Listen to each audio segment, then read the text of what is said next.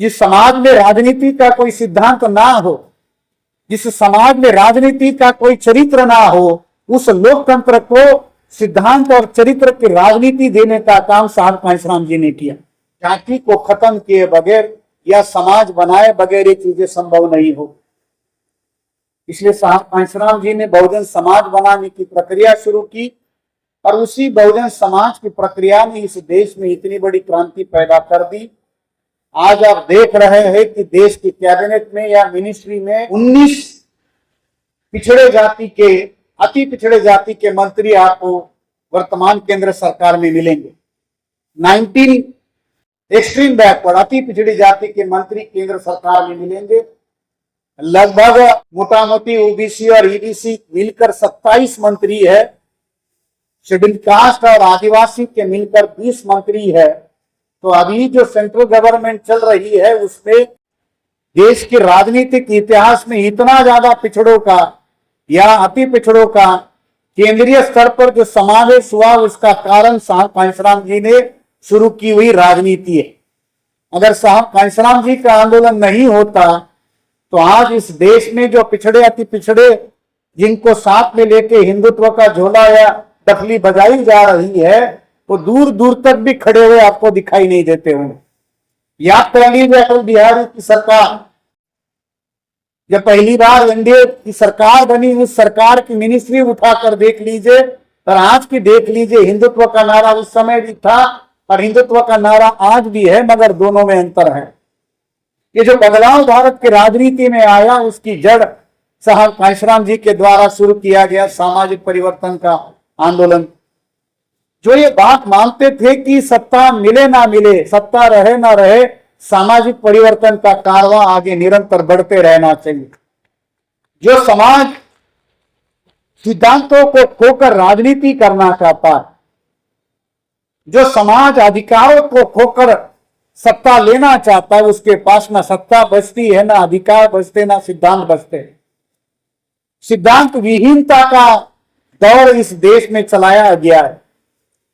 जिस समाज में राजनीति का कोई सिद्धांत ना हो, जिस समाज में राजनीति का कोई चरित्र ना हो, उस लोकतंत्र को सिद्धांत और चरित्र की राजनीति देने का काम साहब कांशीराम जी ने किया।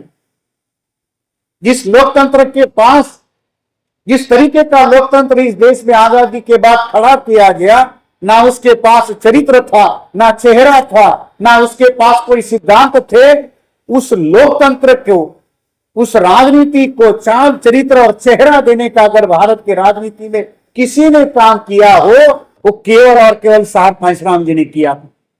और आज भी अगर भारत में सामाजिक परिवर्तन का कारवां सफल करना है तो साहब कांशीराम जी के सामाजिक आंदोलन को पुनर्जीवित करना होगा।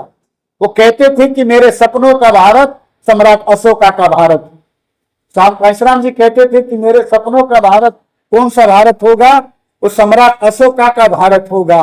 और वही भारत जिसे बाबा साहब अम्बेडकर हमारे पुरखे स्वर्णिम भारत कहते थे, उस स्वर्णिम भारत को पुनर्स्थापित करना, ये लक्ष्य साहब कांशीराम जी ने रखा था। और आज भी जिस मंच पर हम लोग कार्यक्रम कर रहे हैं वो वही स्वर्णिम भारत का मंच है, उसे पुनर्निर्माण करना होगा।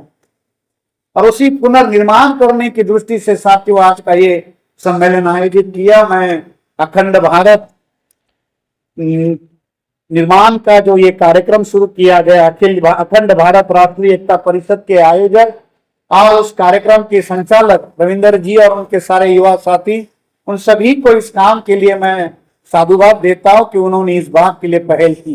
राष्ट्र निर्माण का कार्य साथियों सबसे महान कार्य है। इस राष्ट्र को निर्माण करने का कार्य अगर किसी ने किया है तो बहुजन महामानवों ने किया है।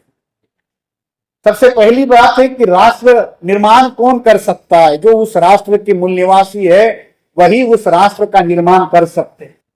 जो उस राष्ट्र के है ही नहीं, जो विदेशी लोग है, ना उनका कोई राष्ट्रवाद होता है, ना वो राष्ट्र निर्माण कर सकते।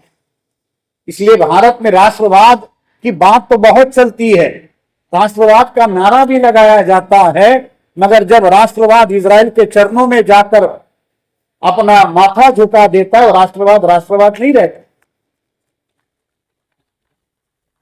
तो राष्ट्रवाद हमारा राष्ट्रवाद नहीं है, हमारा अपना राष्ट्रवाद है। हमारे भारत का राष्ट्रवाद हमारे महापुरुषों ने बनाया। अखंड दुनिया जिसको मानती थी कि हाँ ये विश्व गुरु है, वो विश्व गुरु की विरासत आपकी अपनी विरासत है, और उस विरासत को जानना समझना ये हम सबका काम है। और मैं ऐसे मानता हूं कि इस काम को करने के लिए हम लोगों को अपना इतिहास और विरासत सही जानने समझने की जरूरत है।